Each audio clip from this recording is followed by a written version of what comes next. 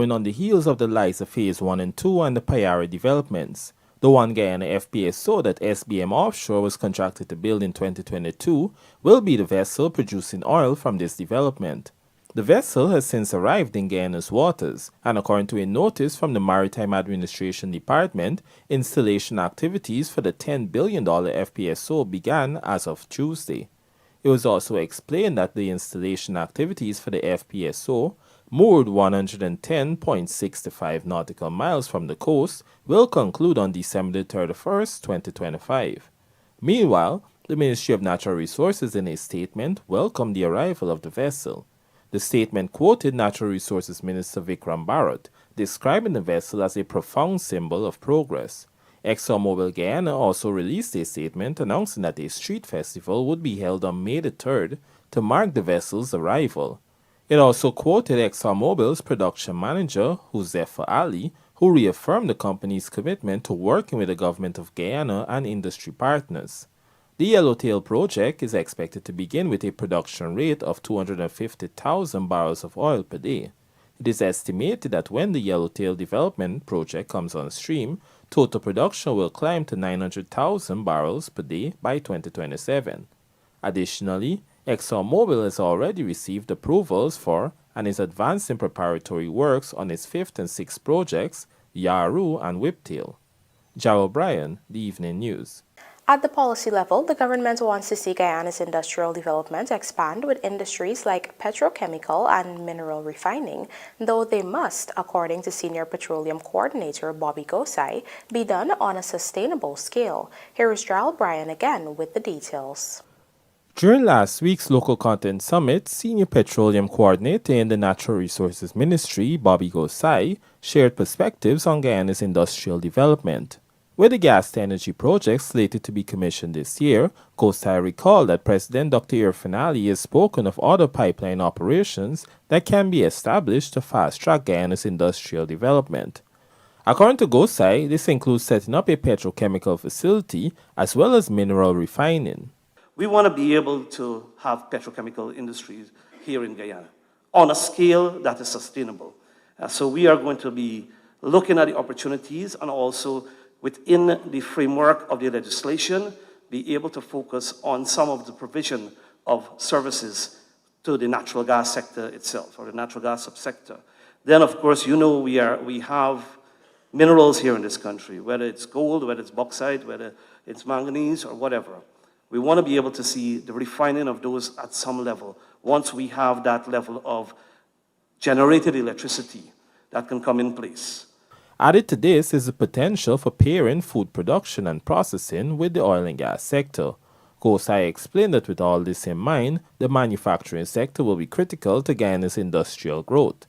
We're also looking at other areas of food processing, which is going to be the fastest one that we can do. And we want to be able to link that to the oil and gas sector so that we can provide the goods and services from this sector into the oil and gas sector. So the manufacturing sector is going to be very important as we relate to those growing and evolving industries. Under the gas-to-energy project, an integrated natural gas liquid plant and 300 megawatt combined cycle gas turbine power plant will be built. An industrial park called the Wales Development Zone, WDZ, will also be developed and will benefit directly from the gas. Jarrell Bryan, The Evening News. As the government of Guyana continues to ensure all Guyanese have access to high-quality treated water, the Guyana Water Inc. is gearing up to construct a modern water treatment plant that will serve the new housing developments in Diamond and surrounding communities on the east bank of Demerara. Kelroy Williams reports. The construction of the new state-of-the-art surface water treatment plant in Diamond, East Bank, Demerara, falls under the revolutionary Guyana Climate Resilient Water Infrastructure Improvement Program. This initiative is being carried out by the Guyana Water Incorporated GWI in collaboration with the Inter-American Development Bank under a US $52 million loan and a US $1.5 million grant from the Japan International Cooperation Agency. On Tuesday, GWI hosted a public consultation session ahead of the construction works. At the event, Program Manager Arshab Yaqub revealed more about the objectives of the initiative. One is to provide new access to quality potable water services to meet the growing demand in Diamond and the surrounding communities. The second objective is to reduce non-revenue water and improve meter coverage along the East Bank, East Coast, and Georgetown. Now, non-revenue water, some of us may know, some of us may not know, is the water which is being produced by GWI for which it is unaccounted for. We're not getting a return from it, but it's being produced. So the idea is to ensure that we reduce the water for which we are not getting any revenue from. And the third one is to improve the management capabilities and digitalization of GWI, which deals mostly with the institutional strengthening of the agency.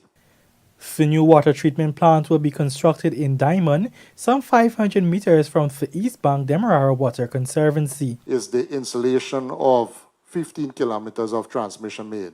Because as you all know, when we build a plant and we treat the water, we have to distribute it. So as part of the activity under this project, we have to install approximately 15 kilometers of transmission main. And as I said before, the CHNPA, when they would have constructed the scheme, there are already distribution lines in place. Also, as part of component one of this project, since it's a climate resilient project, we're planning to have some solar generation taking place. The proposal is to have a 600 megawatt grid connected solar photovoltaic system. 0.6 megawatt grid connected solar photovoltaic system, and this will power most of the electromechanical equipment on the plant. The new plant is expected to serve over 36,000 residents. This newscast understands that the pre-feasibility study and the bidding document for the water treatment plant has already been prepared by the IDB consultant and is currently being reviewed by a technical team at the Guyana Water Incorporated. This process is expected to be completed within the next 2 months, after which bids will be opened for the construction of the state-of-the-art facility. Kelra Williams, The Evening News. Representative of the Association of People of African Descent in Guyana, Elisha Ali, on Monday spoke at the United Nations Permanent Forum on People of African Descent in New York about the continued silencing of Afro-Guyanese by those referring to them by derogatory remarks. He made this statement during the 4th session of the Permanent Forum on People of African Descent, themed United for Reparatory Justice in the Age of Artificial Intelligence. Find out more in this Michael Henry report. Too often, we find that organizations created to advocate for rights and advancement of Afro-descendant communities become the very entities that foster division. In Guyana, for instance, we have witnessed organizations intended to combat institutional racism that have instead perpetuated harm by silencing dissenting voices within our community and disparaging other Afro-Guyanese who express their right to independent thought. Representative of the Association of People of African Descent in Guyana, Elisha Ali, on Monday at the United Nations Permanent Forum on People of African Descent in New York.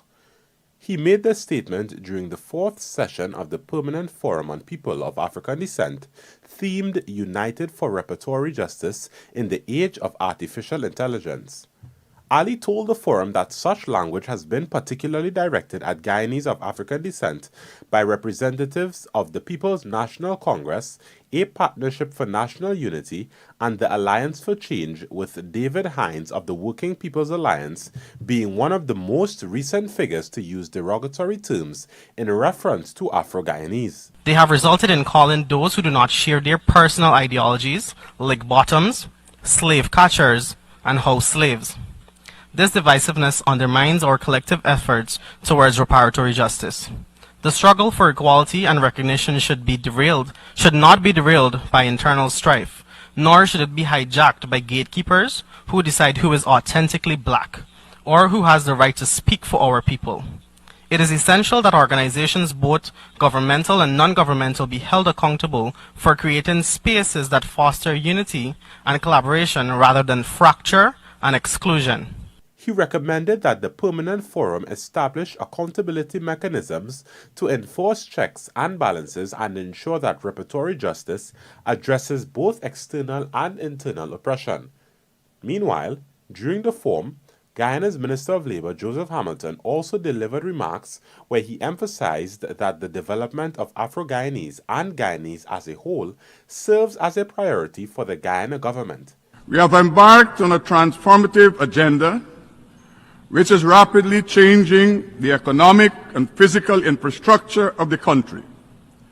This is deliberately matched with initiatives that ensure greater inclusion and participation of all citizens in the goods, services, and opportunities available to reduce poverty, geographic disparity, ethnic insecurities, and inequality. Hamilton zoned in on the progress under the National Housing Program, noting that no ethnic group was excluded from this development. Guyana's massive National Housing Program over the last 4 years alone has distributed over 40,000 house lots benefiting 200,000 people. Notably, 43% of the owners are women. No ethnic group is excluded. Michelle Henry, The Evening News. Coming up, e-ticketing system speeding violations dropped to 98 daily, says President Ali, and over 170 children benefit from Sol Guyana's annual KITE Drive and Easter giveaways. Do stay with us. More news ahead.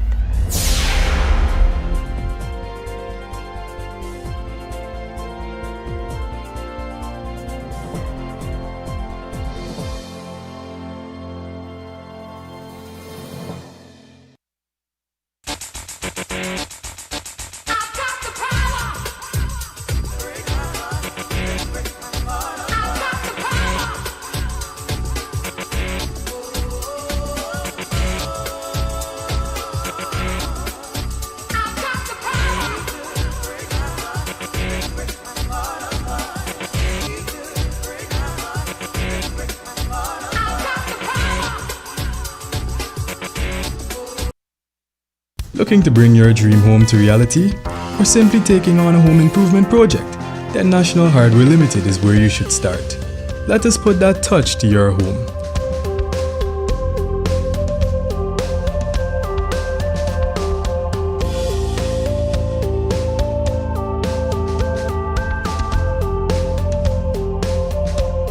Choose from over 1,000 Berger Paint original hues for any surface.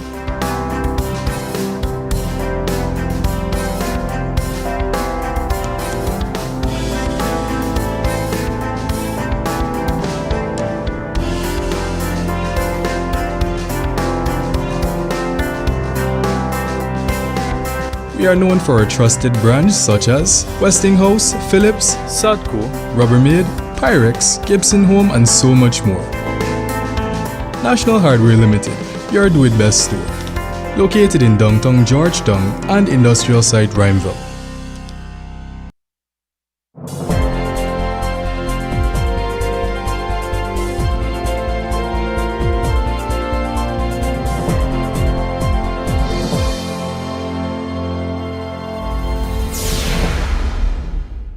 Welcome back. You're watching the Evening News. 47-year-old Gali Khan, a convicted drug trafficker, has been remanded to prison for killing his ex-girlfriend, 30-year-old Marissa Beat, on April 8. Khan, who was a convicted drug trafficker in the United States, appeared at the Wales Magistrates Court today and was not required to plead to the indictable charge. He was remanded to prison and the matter was adjourned to May 27. It was reported that Khan fatally shot Beat at her home at Rec Dorsey, West Bank, Demerara, after committing Following the act, the man attempted suicide but survived. Beat and Khan had been in a romantic relationship for the past 2 years. However, the relationship reportedly ended recently due to a misunderstanding. According to reports, at around 16 hours 15 on the day in question, Beat was at home with her mother when she received a phone call from Khan, who expressed a desire to speak with her. Despite her mother's warnings, Beat allowed the man into the home. The mother told investigators that she gave the pair privacy by moving to the back of the house. Not long after, she heard her daughter call out "Mommy," followed by the sound of a gunshot. Rushing to the living room, the woman discovered her daughter slumped on the ground, bleeding from a wound to the head. She also saw Khan standing nearby holding what appeared to be a firearm. The grieving mother recounted that she attempted to disarm the suspect, during which another shot was discharged in an unknown direction. Khan then allegedly shoved her to the floor and turned the weapon on himself, shooting himself once in the head. Public-spirited citizens rushed both Beat and Khan to the West Demerara Regional Hospital. Beat was pronounced dead on arrival. Khan was arrested back in 2020 after arriving at the John F. Kennedy International Airport in New York for cocaine trafficking. He was convicted and sentenced to 10 years in prison in the U.S. before being deported to Guyana. He, however, only served 18 months in prison after striking a plea deal with the U.S. law enforcement officials. Michael Henry joins us now to report that President Dr. Irfan Ali on Monday announced that the recently implemented electronic ticketing system, which is powered by Safe Road Intelligence System, has already led to a dramatic reduction in speeding incidents. Here are the details. Addressing residents of Good Fortune Housing Scheme, Region 3, Essequibo Islands, West Demerara on Monday, President Dr. Irfan Ali revealed that there has been a vast reduction in speeding violations recorded by the Safe Road Intelligence System since its launch on April 7th. Within the first 12 hours of the launch of the new system, some 259 violations were recorded. However, according to the head of state, that number has now dropped to an average of 98 violations per day. The traffic cameras for the e-tickets is not to give people tickets, it's to save lives, it's to ensure people do what is right. And we're going to expand that electronic ticketing system here on the highway in Region 3 to keep you safe, your children safe, your family safe. From 275 plus to 98 since the introduction of this system. And that is what we said when we said we want technology to aid development. In this regard, President Ali announced the system will be rolled out countrywide. So I want to assure you that whether you are from Parfaith or Good Fortune or the surrounding areas in this NDC, that we have launched a program through which we'll be putting lights on every single street, every single pole, in every single street, and on every highway. Not only are we going to put the lights, we're going to continue putting cameras in all strategic areas for the security and safety of people. Speeding or using a mobile phone while driving attracts a fine of $7,500 each time the offense is committed. Additionally, failure to wear a seatbelt is an offense which carries a fine of $7,500 for first offender and $10,000 for second offender, while dangerous driving is fined at $25,000 to $50,000 for first offense, $75,000 or license suspension for repeat offenders. Failure to pay the ticket, according to existing laws, could result in a driver's license being disqualified until the payment is made. Michael Henry, The Evening News. Minister of Education Priya Manik-Chand took to her social media pages today to send best wishes to students gearing up to write the National Grade 6 Assessment tomorrow and on Thursday. In her words of encouragement, the minister assured students that no matter their results, the government has systems in place to work with them to ensure they benefit from a sound education. Let's have a look. What I want you to do tomorrow and on Thursday is to go into your assessments with full confidence that you will write what you know and that whatever happens, you'll be fine because we're going to look after you in secondary school. with varied options about how you can get your schooling and what subjects you can do. This is a beautiful time. Do not be nervous. Do not be afraid. Do not be worried.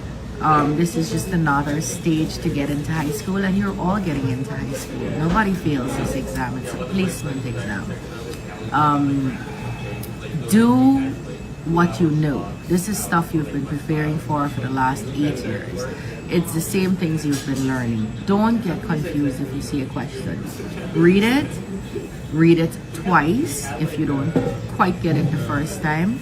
Calm yourself, and if you don't know your crammed or prepared answer, you can't remember that, then just think about what the answer could be and put that down as your paper 2 answers. In paper 1, that's the multiple choice. Work by looking. If you know the answer, then pick it. If you don't, then eliminate the ones that can't be the answer, and you'll be left with probably 2 choices, and then look at what you think would be the best choice. The children who are writing these NGSAs are children who stayed home for 2 years from grade 1 to grades 1 to 3 during COVID, and that's a long time. We're aware that we are still suffering from the effects of that. And so the curriculum has been reduced to a grade 5 curriculum, and then only at particular topics, and we've let the schools know that. So the children are going to be fine. Some 175 children from Agricola, Magdum, Houston, and surrounding communities on the east bank of Demerara today benefited from Sol Guyana's annual kite drive and Easter giveaway activity. Let's have a look.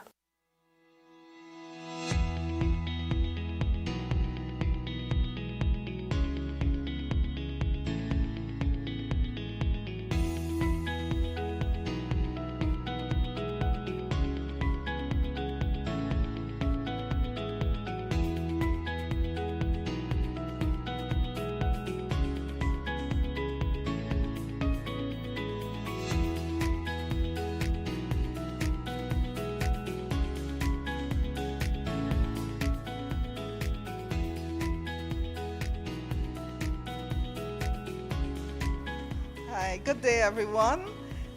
We are here again in the Agricola, Magdum, Houston community to do our annual kite drive and giveaways. So this is an annual event that we have in Sol, where we give back to the community. But let me just take it away from the general manager. He will give you some more details as to why we're here today. All right, thank you, Ayana. So as Ayana mentioned, this is an annual event.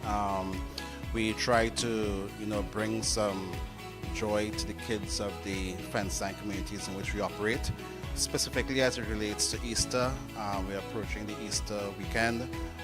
From a religious point of view, I think the kite flying signifies the ascension of Jesus after his resurrection.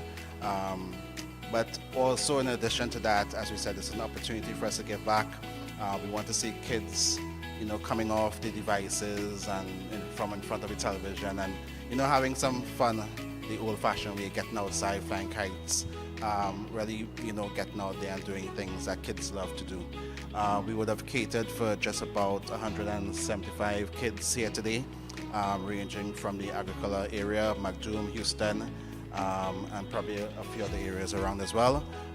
But it's really an opportunity for us to give back, spread some joy, and it's a pleasure to be here again to do this activity once again.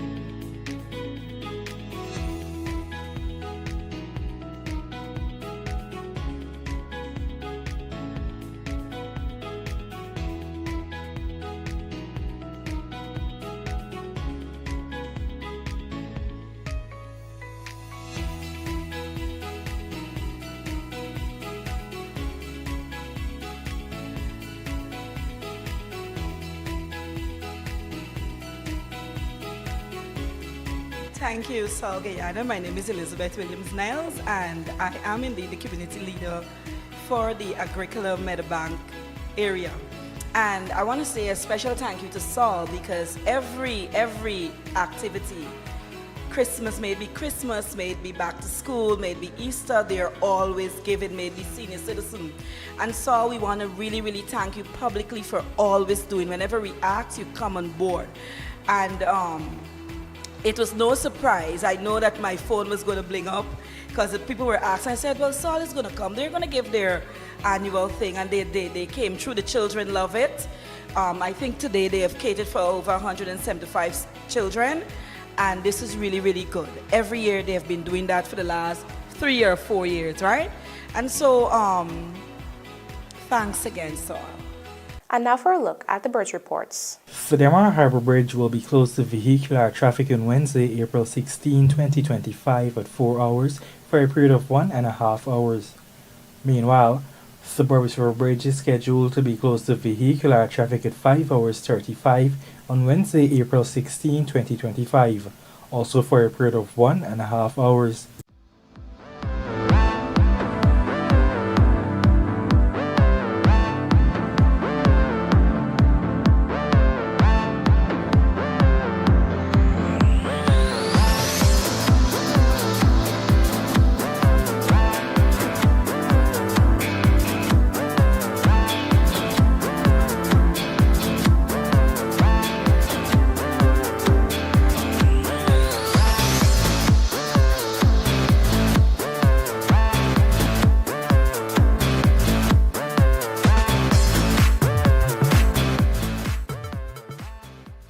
Hercules condemns ball tampering issue, happy for championship win, and captains anticipating wins in Milo semis tomorrow.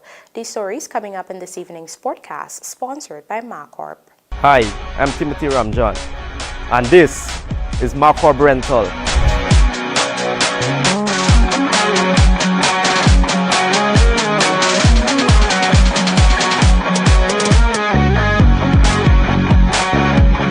We have the right equipment and generator for your coming project. Call me on 698-8116. Macorp, let's do the work.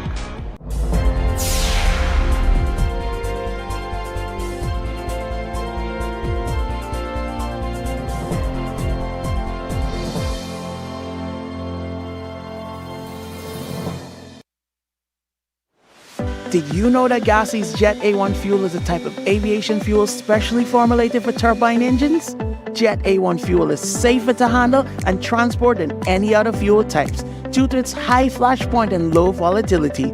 It also boasts a high energy content, enhancing aircraft performance and efficiency. So whether traveling for business or pleasure, choose GUYANA'S Jet A1 fuel for a safe, reliable, and efficient flight. Looking to bring your dream home to reality? Or simply taking on a home improvement project? Then National Hardware Limited is where you should start. Let us put that touch to your home.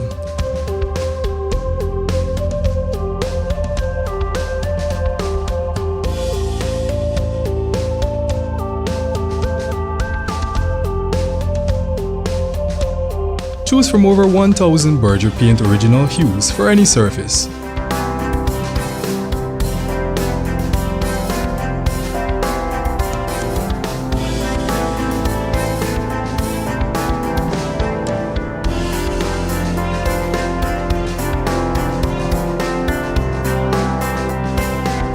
We are known for our trusted brands such as Westinghouse, Philips, Sadco, Rubbermaid, Pyrex, Gibson Home, and so much more. National Hardware Limited, your do-it-best store. Located in downtown Georgetown and industrial site Rhymeville.